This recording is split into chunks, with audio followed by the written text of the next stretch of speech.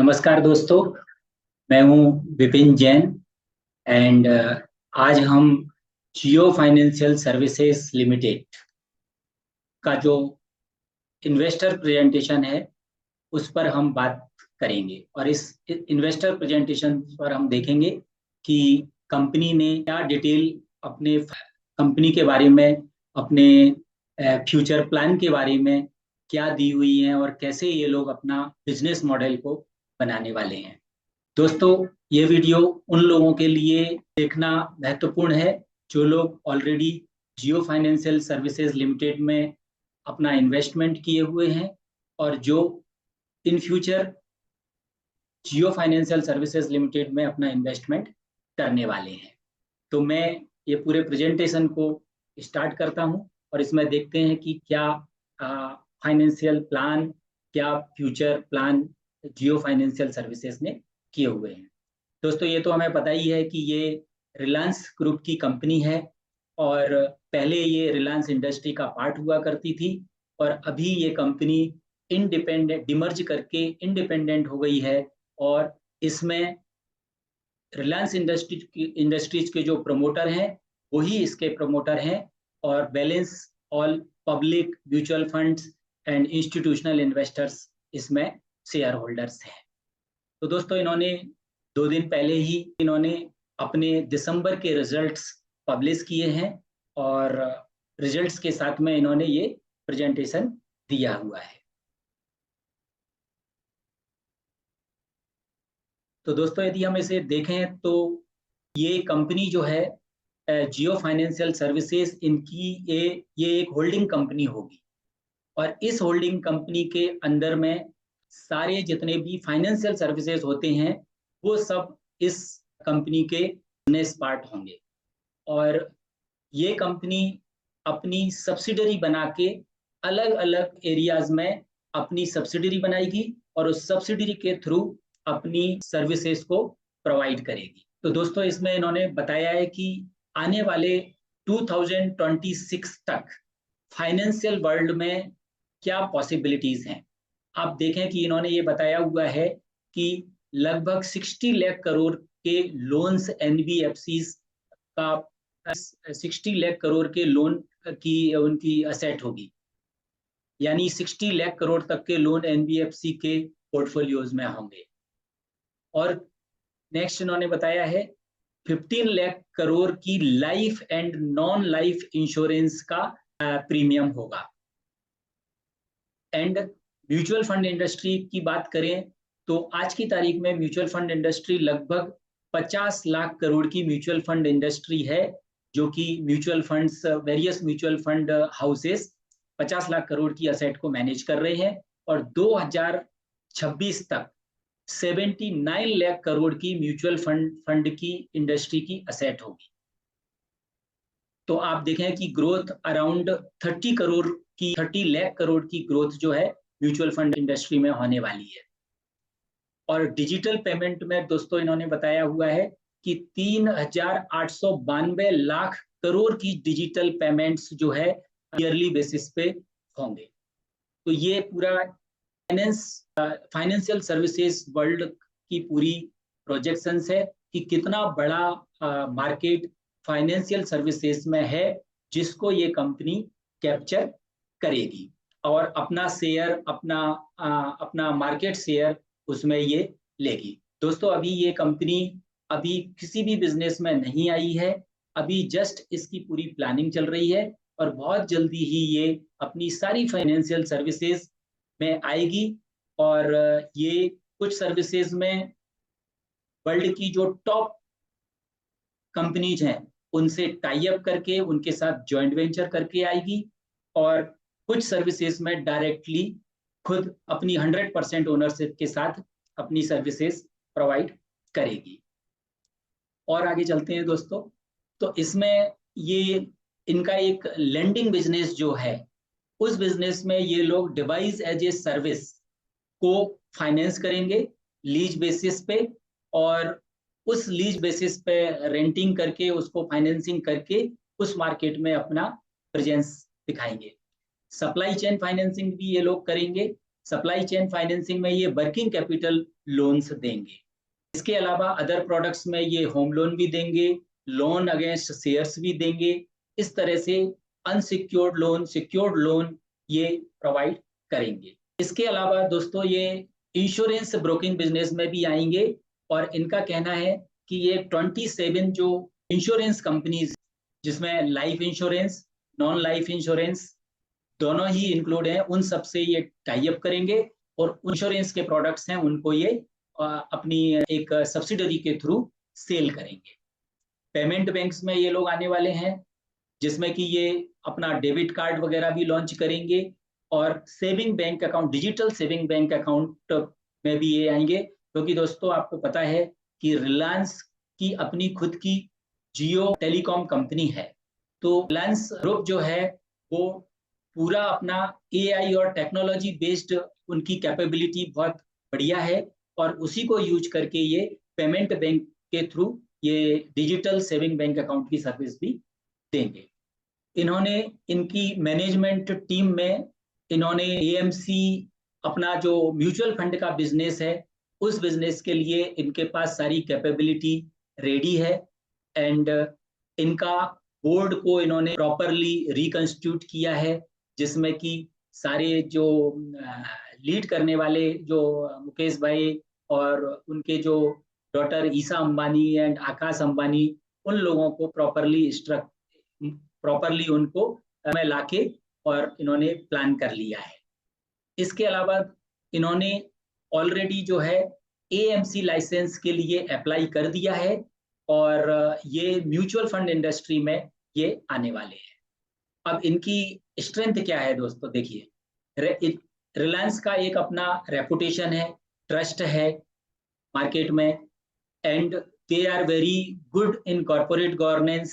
सारे कंप्लायंस के साथ में अपना बिजनेस एम्पायर इनका खड़ा हुआ है। आज Reliance industry and Reliance group का अराउंड 20 लाख करोड़ का इनका मार्केट कैपिटल है एंड इनकी जो कंपनीज हैं Jio financial services and Reliance industry listed है और उसकी सारी कंप्लायंस ये लोग प्रॉपरली कर रही है।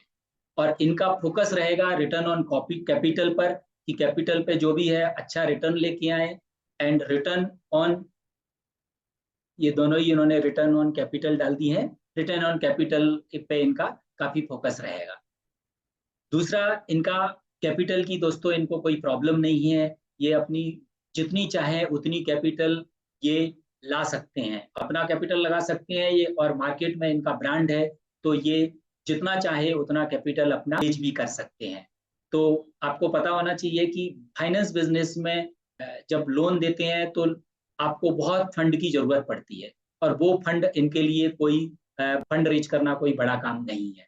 इनका एक्सपीरियंस, लीडरशिप है, इनके पास प्रूवन ट्रैक रिकॉर्ड है लीडरशिप का। रिलायंस इंडस्ट्री जैसी कंपनी इन्होंने खड़ी की हुई है, ब्रांड फैमिलियरिटी है, प्रॉक्सिमिटी टू कस्टमर्स है, सारे कस्टमर्स इनके क्रॉस सेलिंग करके इनके सारा रिलायंस रिटेल में इनका बड़ा कस्टमर बेस है, रिलायंस इसमें जियो टेलीकॉम में इनका बड़ा क्लाइंट कस्टमर बेस है, तो easily they can offer their financial product to all their customer base. Technology में भी दोस्तों ये लोग एआई एंड एनालिटिक्स में काफी इनकी प्रूवन कैपेबिलिटी है। थ्रू जियो टेलीकॉम के थ्रू आपको पता ही है कैसे उन्होंने पूरा जितना भी है टेलीकॉम इंडस्ट्री को पूरा डिस्टर्ब कर दिया था और एक सबसे बड़ी कंपनी बन के सामने आए हैं, जिसको जो कि जैसे भारती एयरटेल इतनी पुरानी कंपनी है बट आज एयरटेल को भी उसके लेवल पे ये लोग आके अपना बिजनेस मॉडल खड़ा किए हैं। लिवरेजिंग कैपेबिलिटी इनकी अच्छी है। दोस्तों ये कहाँ कहाँ अपना बिजनेस करेंगे, तो एक तो ये लेंडिंग में आएंगे, प्रोटेक्शन में मींस इंश्योरेंस के प्रोडक्ट्स लाएंगे, इन्वेस्टमेंट यानी mutual funds and other services, investment advisory, investment product ये लोग लेके आएंगे एंड ट्रांजैक्शन में ये स्मॉल पेमेंट बैंक्स में भी ये आने वाले हैं। यहाँ आपको देखने को मिलेगा कि इनकी जो स्ट्रक्चर रहेगा वो कैसा रहेगा, इनके होल बिजनेस का, फाइनेंशियल सर्विसेज में इनके बिजनेस का स्ट्रक्चर कैसे रहेगा।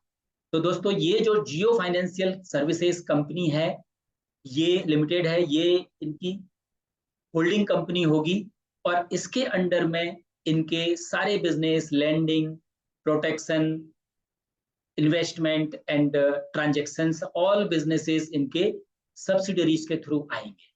तो सबसे पहले कंपनी इनकी होगी दोस्तों JFL, जियो फाइनेंस लिमिटेड। इस कंपनी के थ्रू ये अपना लेंडिंग बिजनेस करेंगे। दूसरी कंपनी दोस्तों इनकी होगी, दोस्तों दूसरी कंपनी का नाम इनका JIBL होगा, जो कि इंश्योरेंस ब्रोकिंग कंपनी होगी और इस कंपनी का नाम होगा जियो इंश्योरेंस ब्रोकिंग लिमिटेड। और ये अभी 100% है, अपनी ओनरशिप दिखा रहे हैं, लेकिन ये हो सकता है अदर इंश्योरेंस कंपनी से भी अपना जॉइंट वेंचर करके इस सर्विस को प्रोवाइड कर सकते हैं। तीसरी कंपनी इनकी होगी जियो पेमेंट बैंक। दोस्तों ये RBI रेगुलेटेड कंपनी होगी और इस कंपनी के लिए इन्होंने अपना जॉइंट वेंचर पार्टनर बनाया है SBI को। और आपको पता है SBI का आज जो टोटल असेट है, डिपॉजिट्स एंड लोन सब मिला के लगभग 50 लाख करोड़ की उनकी बैलेंस शीट है। और उस SBI के साथ ये जॉइंट वेंचर करेंगे, उसमें 76.98% इनका शेयर रहेगा इस कंपनी में एंड 23% इनका स्टेट बैंक ऑफ इंडिया का शेयर है। चौथी कंपनी दोस्तों होगी JPSL, और JPSL का मतलब है जियो पेमेंट बैंक लिमिटेड। तो ये पेमेंट रिलेटेड एग्रीगेटिंग का काम करेगी। इसके बाद है पांचवी कंपनी इनकी RIIHL, ये Reliance industrial investment and holding limited है और इसके अंडर में इनकी 3 कंपनियां होंगी और इसमें ये पूरा इंडस्ट्रीज इन्वेस्टमेंट के लिए ये लैंडिंग का काम इसमें कर सकते हैं और इन्वेस्टमेंट का काम कर सकते हैं। इसका बिजनेस मॉडल हमें देखना है कि ये किस तरह से, क्या सर्विस इसके अंदर में डिटेल में ये क्या प्रोवाइड करेंगे। इसके अलावा दोस्तों छठवीं कंपनी इनकी जो इसके अंदर में होगी वो होगी असेट मैनेजमेंट कंपनी। और असेट मैनेजमेंट कंपनी के लिए दोस्तों इन्होंने जो पार्टनर को चुना है, जो जिसके साथ ये जॉइंट वेंचर करेंगे, वो है ब्लैक रॉक।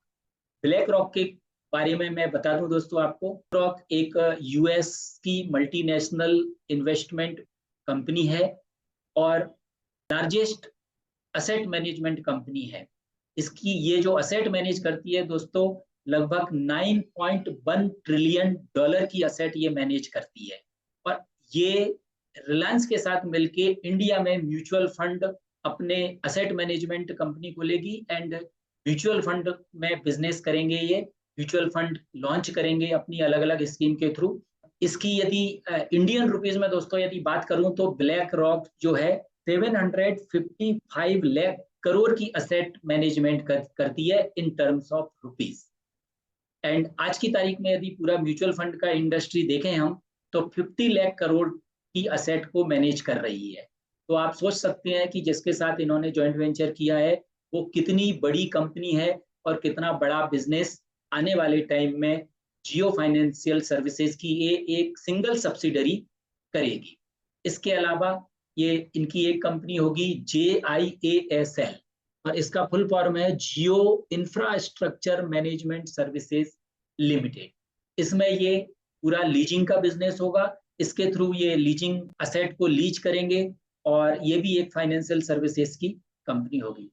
तो दोस्तों जियो फाइनेंशियल सर्विसेज इतना बड़ा अपना एक बिजनेस प्लान लेके आ रही है, जो कि अगले 3 to 5 ईयर्स में मुझे लगता है सारी कंपनीज आपकी ऑपरेटिव हो जाएंगी और एक बहुत बड़ा बिजनेस इस कंपनी के थ्रू आएगा, जिससे कि जो आज के जियो फाइनेंशियल सर्विसेज के इन्वेस्टर हैं उन सब के लिए ये बिजनेस होगा और इस बिजनेस के थ्रू कंपनी उन इन्वेस्टर्स के लिए वेल्थ क्रिएट करेगी।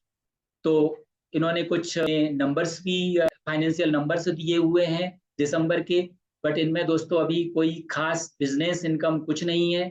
जो इस कंपनी के इन्वेस्टमेंट हैं, उन्हीं इन्वेस्टमेंट से जो डिविडेंड या इंटरेस्ट आया है, उसी की ये इनकम है। 9 मंथ की इनकम दोस्तों 1,294 रुपए है, और ये अराउंड पूरे ईयर में 1,500 करोड़ का इनकम होगा, इनका नेट प्रॉफिट होगा। अभी इनकी ये इनकम देखने के लिए हमें ज्यादा जरूरत नहीं है, क्योंकि अभी ये कोई बिजनेस की इनकम नहीं है, ये जस्ट इनके इन्वेस्टमेंट जो हैं इस कंपनी में, उससे जो रिटर्न्स आ रहे हैं वही इनकम है। दोस्तों आज की तारीख में इस कंपनी के बारे में यदि मैं करूं, तो कंपनी के पास नेट वर्थ जो है एज ऑन 31 मार्च को अराउंड 1,19,000 करोड़ की है, और इस कंपनी का market capitalisation as on date around 1,57,000 crore का है। एंड ये कंपनी आज की तारीख में यदि हम बुक वैल्यू मल्टीपल में देखें, तो अराउंड 1.3 के मल्टीपल में, बुक वैल्यू के मल्टीपल में आपको मिल रही है।